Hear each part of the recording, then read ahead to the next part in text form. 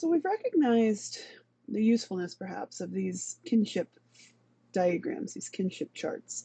And we've talked a little bit about the differences between like a nuclear family and these descent groups. Um, Kinship terminology was proposed by Lewis Henry Morgan in 1871, and there were six basic kinship terminology patterns that he ranked on an evolutionary scale.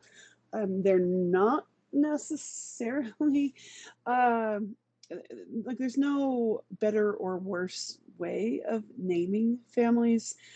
So I would hesitate to say that they are evolutionarily significant, but we'll look at these all the same. Kroeber in 1909 continued this research, arguing that kinship terminologies are shaped by clan organization, not by a group's position on an evolutionary scale. So this started off from a very kind of colonial mindset, as much of anthropology did. And so this is why I would hesitate to say that there's any kind of evolutionary relationship. There's no like primitive kinship terminology and advanced kinship terminology, just as there's not really primitive languages or primitive cultures and advanced cultures, right? We tend to rate them from this very Eurocentric view, given the history of anthropology and the role that, well, I mean, it's not just history of anthropology, really, but this idea of whitewashing and somehow ranking things that are more Eurocentrically organized as somehow superior. So we'll talk about Kroeber's categories. What Kroeber distinguished between were the differences between persons of the same and of separate generations, the difference between lineal and collateral relationships. So, what does that mean? Well, lineal is okay, so the same in separate generations is this ego versus father versus grandfather versus great grandfather. This difference between lineal and collateral relationships is like the difference between ego and a son versus ego and his brother. Differences of age within one generation is present in some of the kinship terminology that we see cross culturally. The sex of the relative, the sex of the speaker or ego, uh, the sex of the person through whom the relationship exists, the distinction of blood relatives from what we call affinal relationships or connections by marriage, so your brother versus your brother in law, and then the condition of life of the person through whom the relationship exists. So, what does this look like then when we look at these actual different kind of methodologies of defining kin? Well, we're going to talk about six: the Eskimo, the Hawaiian, Omaha, Crow, Iroquois, and Sudanese kinship systems, and talk about each of these in turn. So, we'll start with the Eskimo kinship system. Ego, of course, because of our male centric patriarchal societal structure, is male. Ego has siblings. Those siblings may be either male or female. Ego has a mother and father. On the father's side, we've got aunts and uncles. On the mother's side, we've got aunts and uncles. The offspring of aunts and uncles, regardless of whether they're maternal or paternal, are the cousins. This is what we're most familiar with, right? We don't have different terminology for male versus female siblings. We equally weight our relationships on our father's side with our mother's side. We have the same terminology for maternal, for our mother's siblings as we do for our father's siblings. Same terminology for the offspring of our father's siblings as we do for the offspring of our mother's siblings. With the Hawaiian kinship system, again, we've got ego. Again, we've got our siblings. Again, we have mother and father. But look here, father and father's brother are both termed father. Okay? Mother and mother's sister are both termed sister. Mother's brother is termed father. Father's sister is termed mother. So the distinction, instead of being father and mother in that lineal relationship, and then collateral terms for aunts and uncles, now we just take a whole generational approach so that everybody in the parental generation is called father and mother. Everybody in ego's generation is called siblings.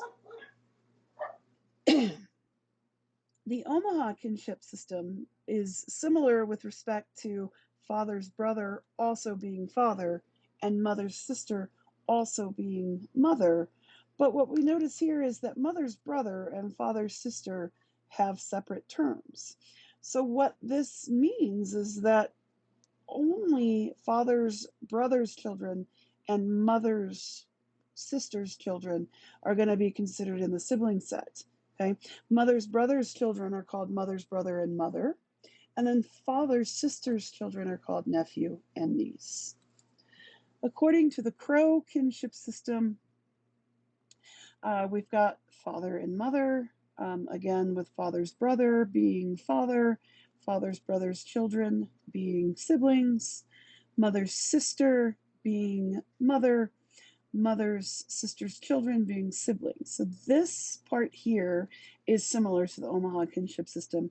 But here we've got mother's brother having son and daughter, whereas father's sister has father and father's sister. Okay, so when we get into the opposite sex siblings of your father and of your mother, we've got different terminology. With the Iroquois kinship system, Ego's only siblings are those that come from the same mother and father.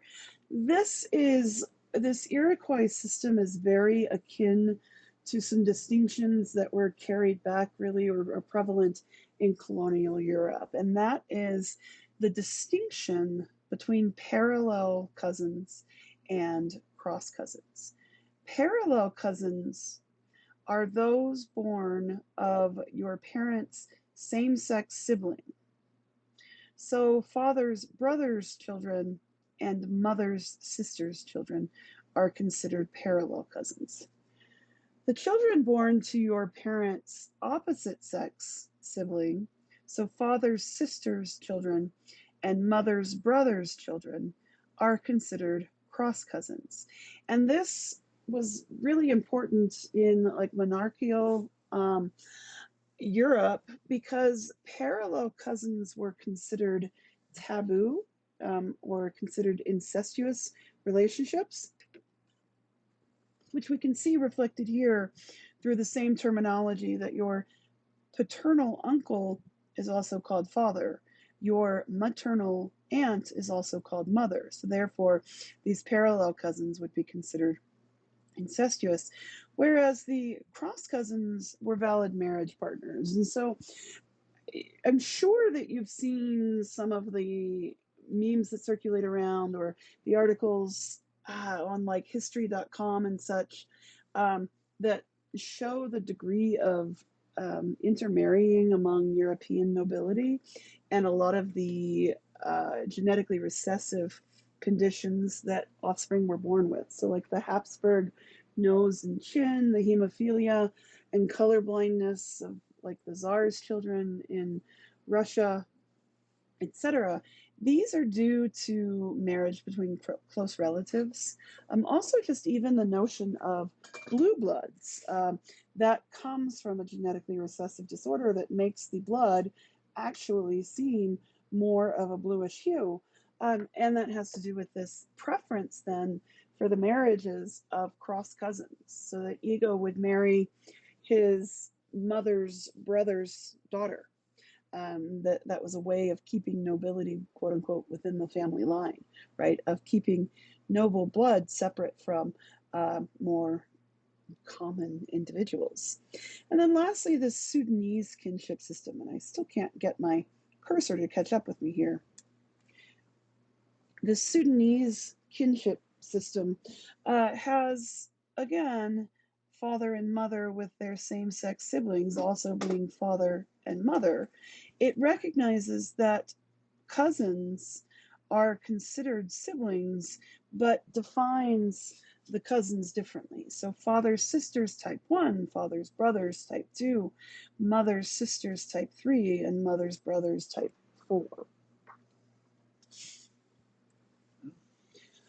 All right, so kinship terminologies help people keep track of many relatives by assigning these categorical terms. but it's still impossible for everyone to keep track of everybody. And so we talk about this idea of genealogical amnesia, that there's no way to simply keep track of the relatedness of every possible familial distinction or kinship distinction.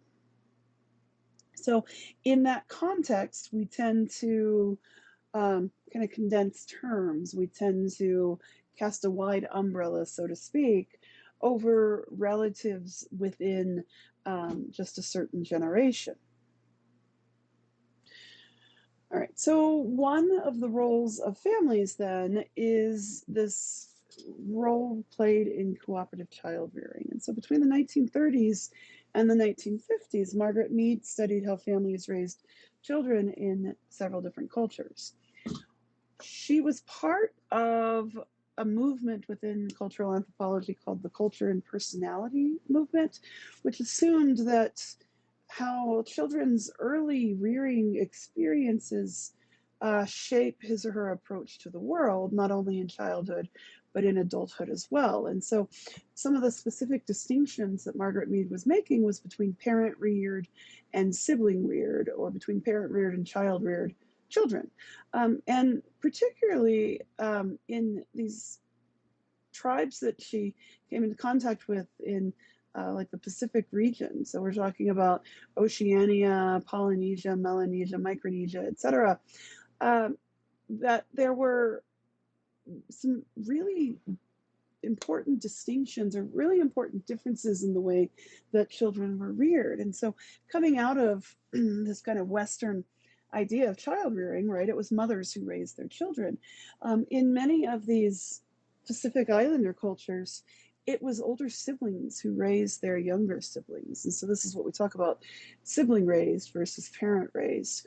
There also is a very robust pattern of um, adoption by aunts among the cultures of the Pacific. And so, particularly when you've got a wide age range between sisters, such that there are pre-reproductive sisters and sisters who are like in the height of their reproduction, or there are younger sisters that are having families after another sister has already reared her children to adulthood. You would see a sister adopt kind of quote unquote excess children.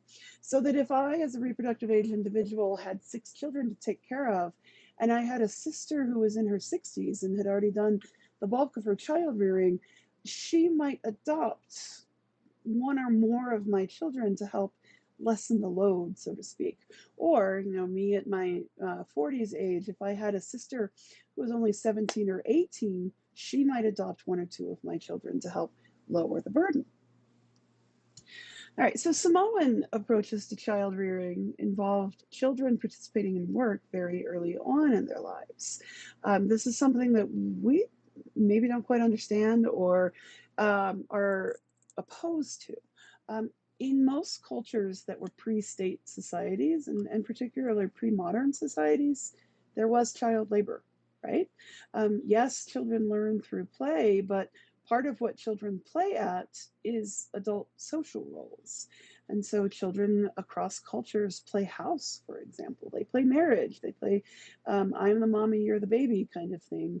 And they play at jobs when they're really young. Children are able to make important contributions, though, to household production by the time they're preteens and teens. And so, whereas we keep our children separate, not having meaningful work really until they're mid to late teens, we don't really allow children to work for pay prior to about the age of 15.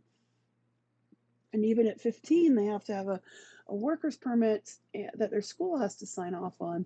And their fundamental job is education, is being a student. And that's different in a lot of other cultures. So in Samoa, children would start working very, very young. They would gather veggies and fruits that they were able to reach. They would help tend the garden. Children are great at weeding once they're able to identify what the weeds are.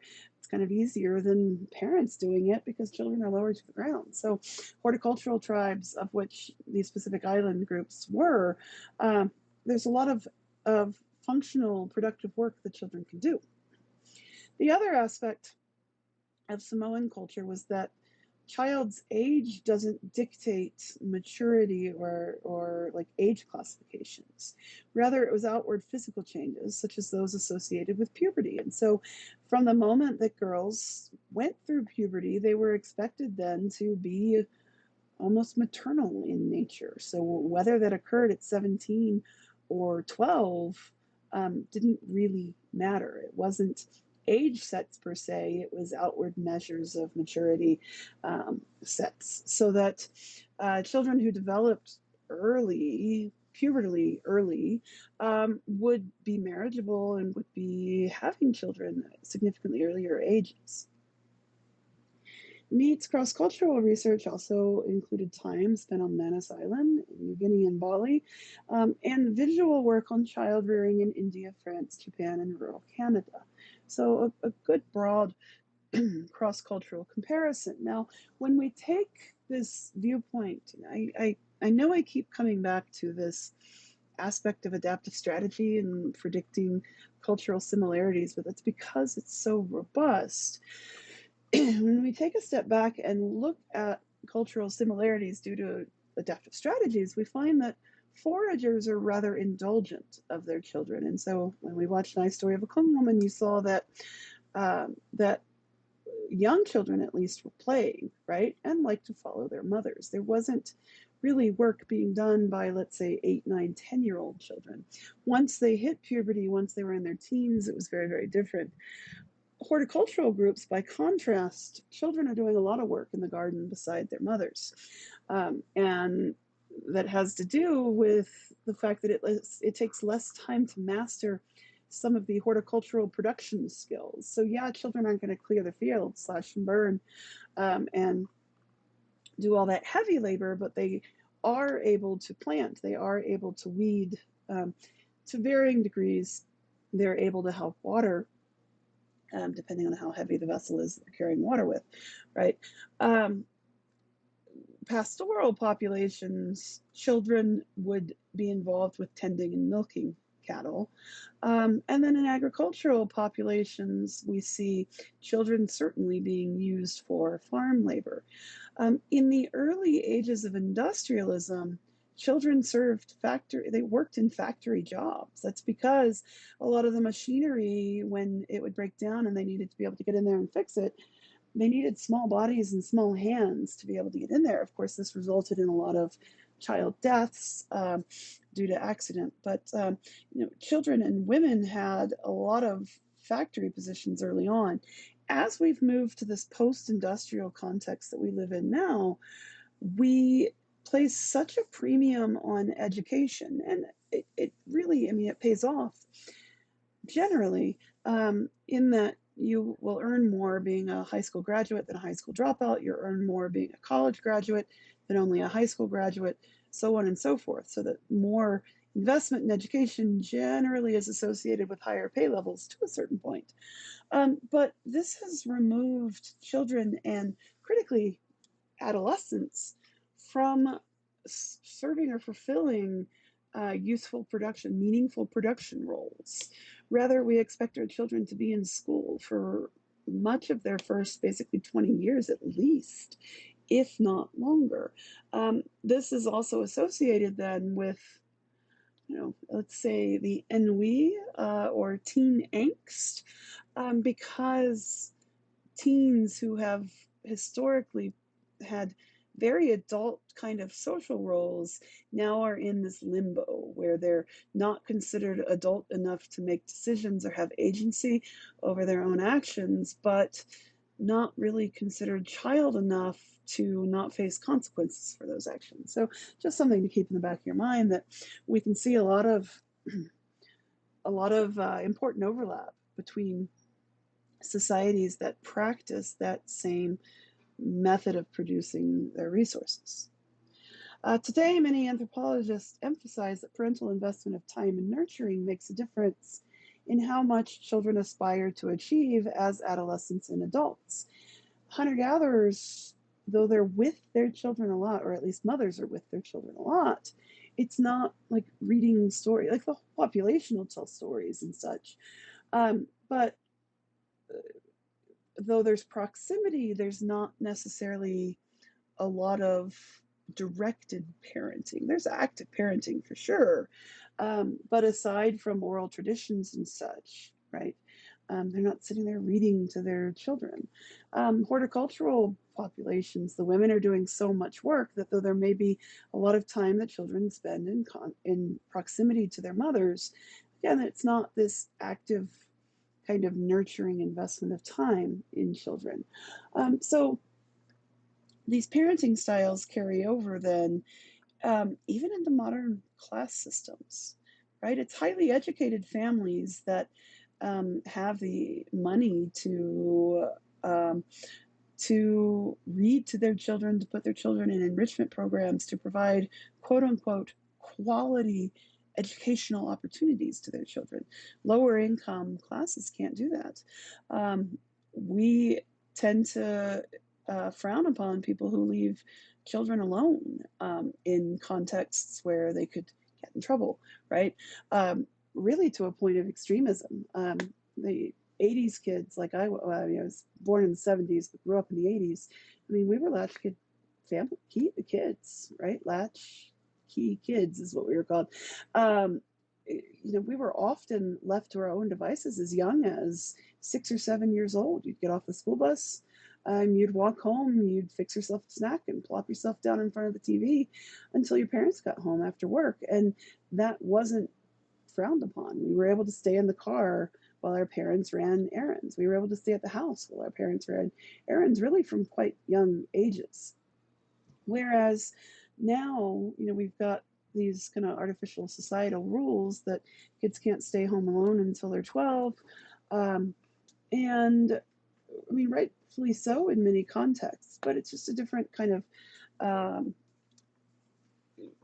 kind of expectation that children not be unsupervised without adults playing a role. And that changes the kinds of play that children are involved in, changes the worries of families, creates really economic hardship when you're trying to scramble for supervised care for your school age children when there's not low cost kind of childcare available. And so that changes the dynamics too of the kind of investment that parents are able to make in their children's early lives. All right, so for this, thinking critically about kinship, marriage, and the family, Lewis Henry Morgan thought of American kinship as the most rational way of reckoning kin relationships. He referred to our system as a descriptive rather than classificatory system because relatives on a person's mother's side were called the same as those on the father's side.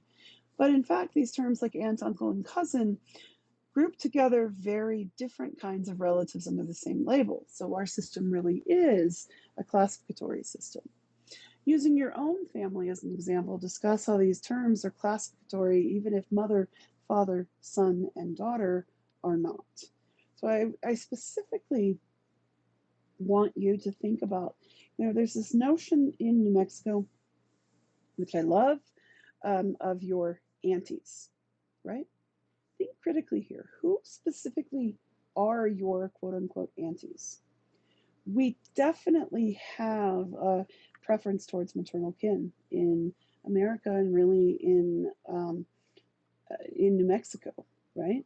In that your aunties are more often going to be your mother's sisters or even close friends of your mother's who fill in that sister role that's left from smaller family sizes and such. So, do you consider, or did you consider growing up your paternal kin and your maternal kin in quite the same kind of standing or contexts? Were you equally close to your cousins from your mother's sister as you were to your cousins from your father's brother? Reflect on some of these differences in, even though the terminology may not be very different, some of these differences in how kinship mediated your familial relationships, and particularly a distinction between maternal and paternal kin.